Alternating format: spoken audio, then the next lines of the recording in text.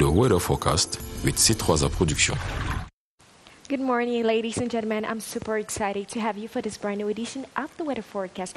The national territory will rise in a cool morning, so do not forget to cover yourselves and why not have your umbrellas before you go out. We'll be having a maximum temperature of 35 degrees in part of the far north region, 29 degrees expected in the littoral region, 27 degrees in the southwest region, as well as in the east region, and 28 degrees in part of the central region, and 26 degrees in the south region. For details, ladies and gentlemen, let's go first to the northwest region, where precipitation are expected in most of the region with thunderstorms, and this situation will likely prevail onto the morning, where thunderstorms will be dominating. We'll be having a maximum temperature of 25 degrees.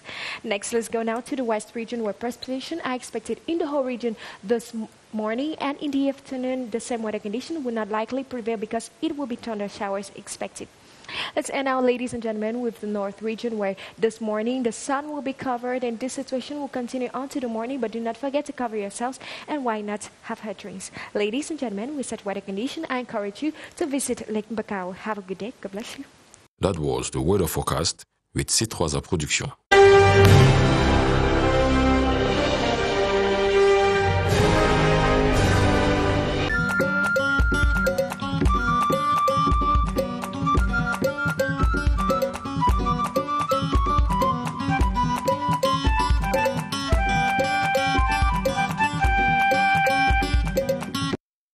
Grand salut à tous, j'espère que vous allez bien. Ravi de vous retrouver comme tous les lundis à vendredi pour les unes de vos journaux. Soyez les bienvenus à TABLOԻDS sur la CRTV pour cette journée du mercredi 30 juin 2021. On va commencer par Cameroun Tribune qui se penche ce matin sur le plan triennal spécial jeune initié il y a 5 ans par le chef de l'État. Cette opération dont l'objectif et l'appui technique et financier destiné à l'installation des jeunes a déjà contribué à la création d'environ 22 000 emplois.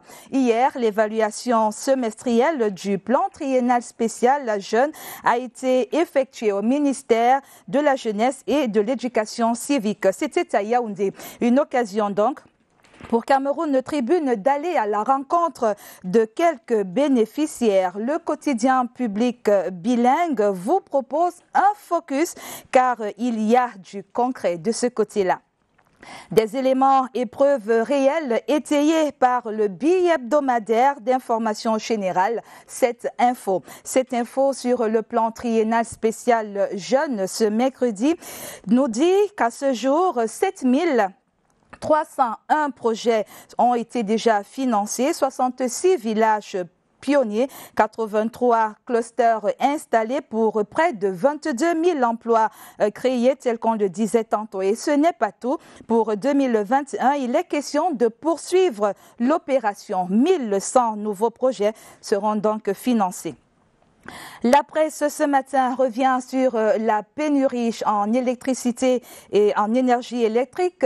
Eco News souligne que la quantité d'énergie électrique produite actuellement est insuffisante pour satisfaire l'industrie. Notamment, Eco News parle en exemple, ou du moins nous donne un exemple, à l'UQAM, Dangote, Simencam qui ne tourne pas à plein régime, un frein à l'industrialisation. Et sur la question, c'est New Star Info qui reste donc ce matin sur la ligne des aveux d'échec du ministre de l'Eau et de l'Énergie au Parlement. New Star Info, preuve à l'appui, soutient que les chiffres sont alarmants. 60% des poteaux en bois au niveau national sont vétustes.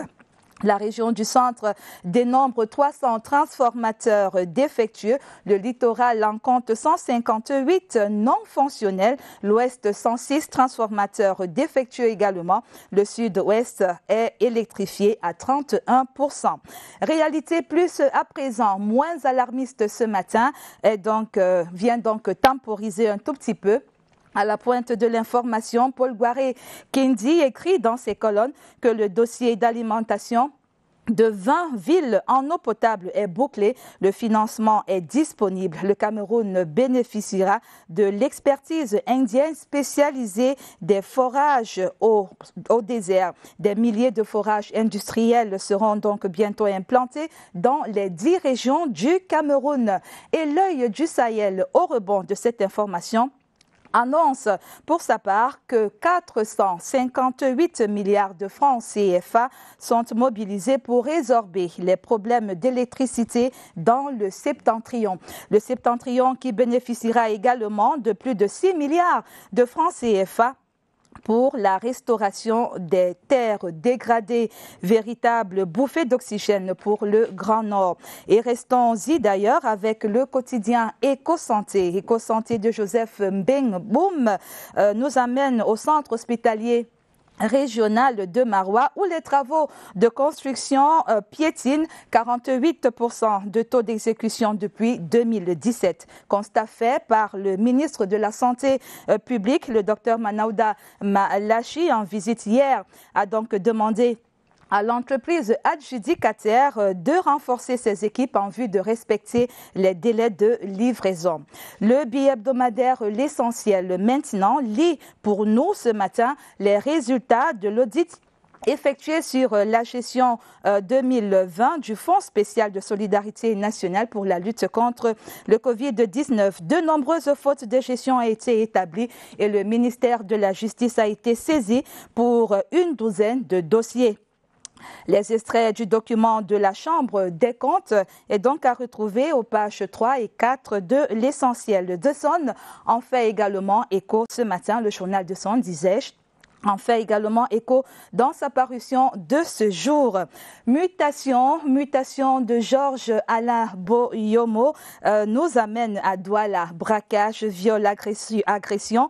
La capitale économique est sur un nuage d'insécurité. Le quotidien Mutation ce matin dresse un tableau non exhaustif des coins peu recommandables dans cette ville business. Sur 3 pages, vous retrouverez ces quartiers coupe-gorge.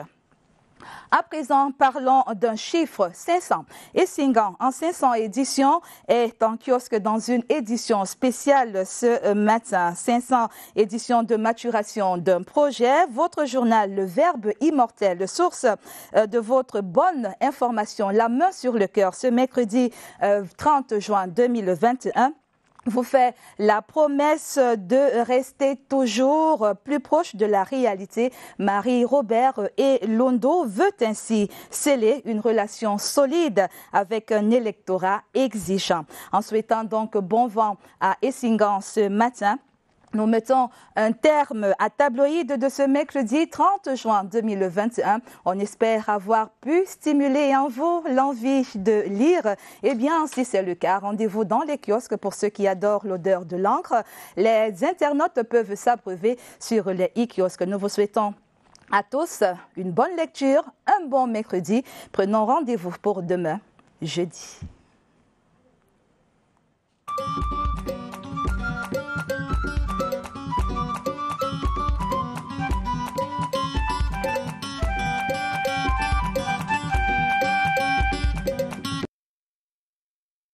Merci beaucoup, Debbie Kembe, pour toutes ces informations. Comme on le dit chaque jour ici, des informations relatives à nos quotidiens qui paraissent tous les jours pour nous mettre au fait de l'actualité nationale et même internationale. Et vous avez vu que ça bouge véritablement au Cameroun avec les projets structurants, tout ce qui est annoncé dans les journaux en termes de projets en ce qui concerne la fourniture en énergie électrique. Les horizons semblent s'éclaircir. On va poursuivre dans la même lancée de l'actualité des journaux. Cette fois-ci, la revue de presse en anglais présentée par Rita Macan dans un instant.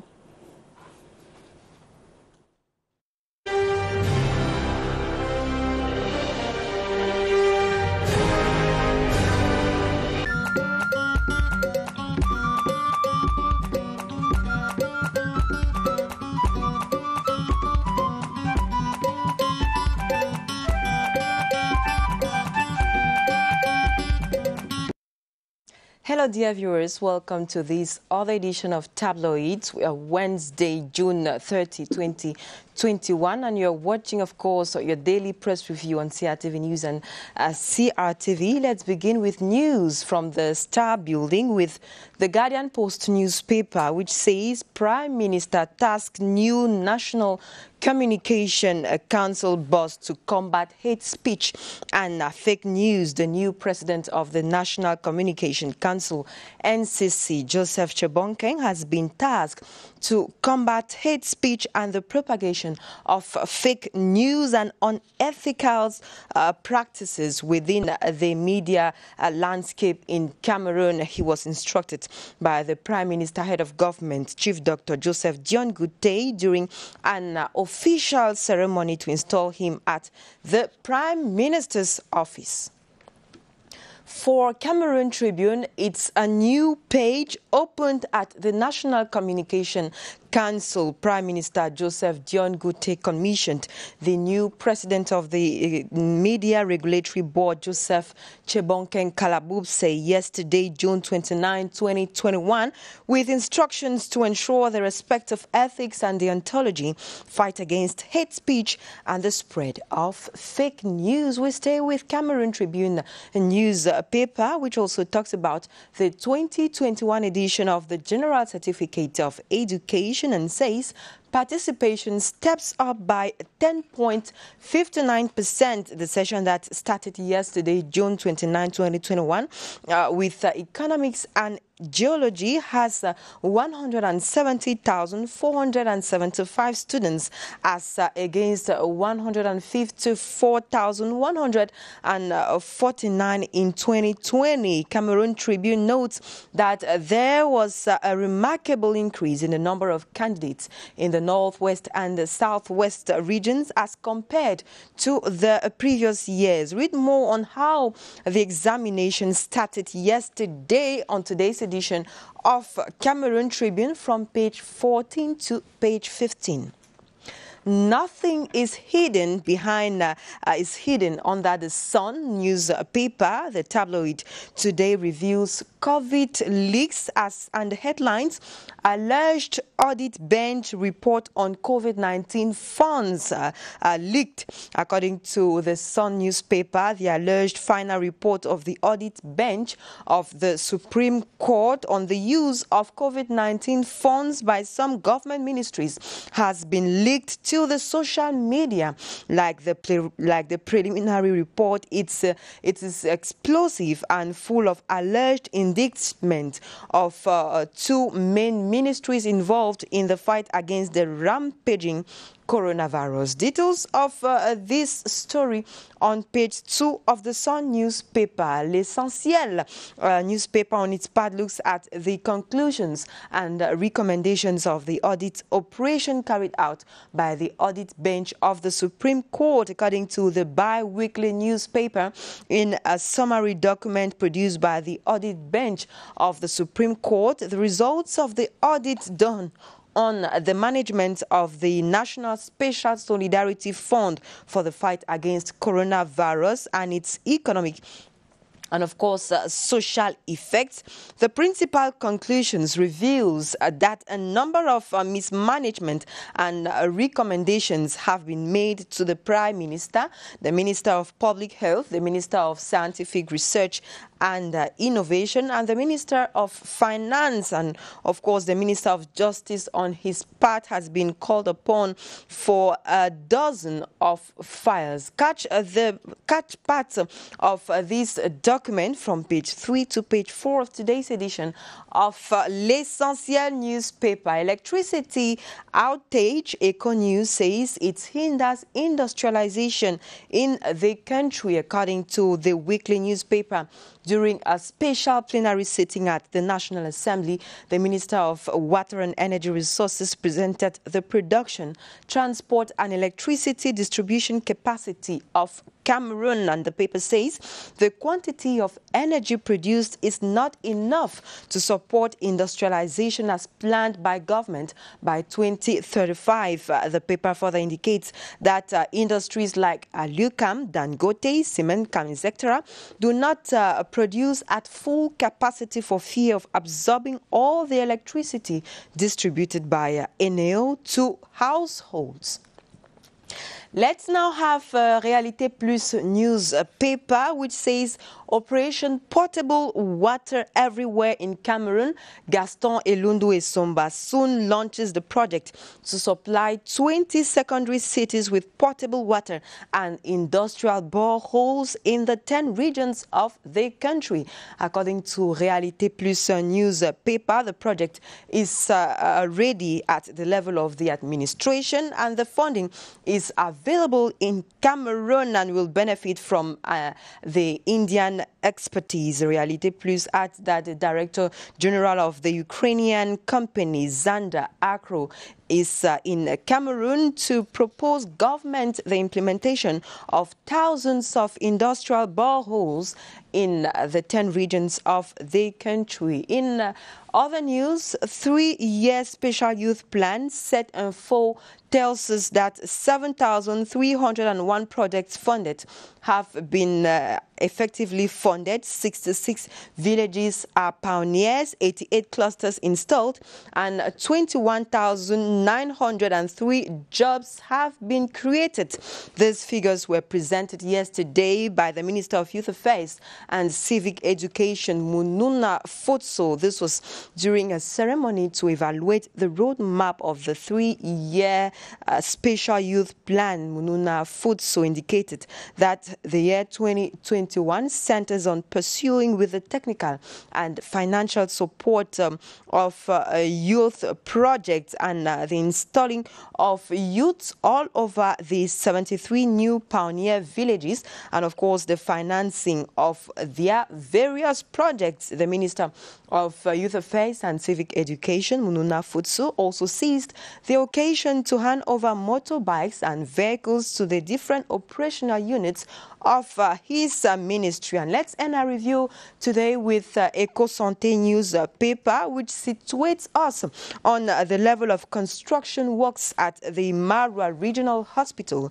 According to Eco Santé newspaper, the construction works, which started on May 3, 2017, is at 43% evolution. The level of advancement of this works has been made by the Minister of Public Health, Dr. Manauda Malashi, yesterday during his visit at the Marwa Regional Hospital. And faced with this situation, the minister actually urged Alliance Construction Company to redouble efforts and multiply teams so as to respect deadlines. Read more on page 5 on today's edition of Eco Santé newspaper, and that obviously does it for today's edition of Tabloids. Hope you had a great moment with us. Stay tuned to our programs, CRTV News and CRTV. The news continues.